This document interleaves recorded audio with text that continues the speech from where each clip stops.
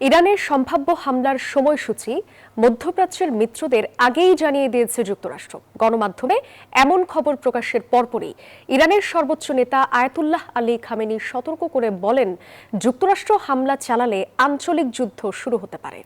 বিশ্লেষকদের মতে এ সংঘাত শুরু হলে তা সর্বাত্মক যুদ্ধে রূপ নিতে পারে।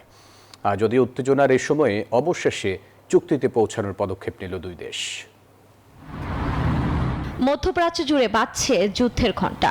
যে কোনো সময় মার্কিন হামলায় কেঁপে উঠতে পারে ইরান, এমন খবরে ভাসছে আন্তর্জাতিক গণমাধ্যম।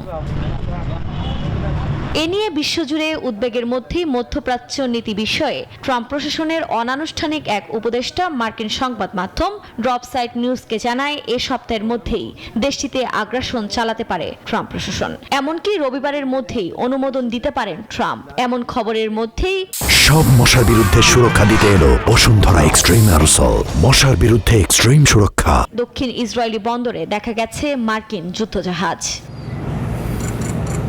তবে যে কোনো প্রকার আগ্রাসনে আঞ্চলিক যুদ্ধ শুরু হতে পারে বলে সতর্ক করেছেন ইরানের সর্বোচ্চ নেতা আয়াতুল্লাহ আলী খামেনি। যুক্তরাষ্ট্রের জানা উচিত যে তারা যদি যুদ্ধ শুরু করে তাহলে এবার এটি একটি আঞ্চলিক যুদ্ধ হবে।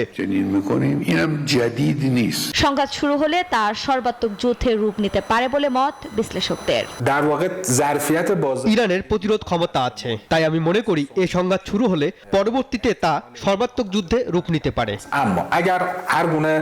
যদি উত্তেজনার মধ্যেই সংঘাত এড়াতে যোগাযোগের পথ খোলার বিষয়টি নিশ্চিত করেছে ইরান ও যুক্তরাষ্ট্র। আফরিন মৌ, নিউজ 24।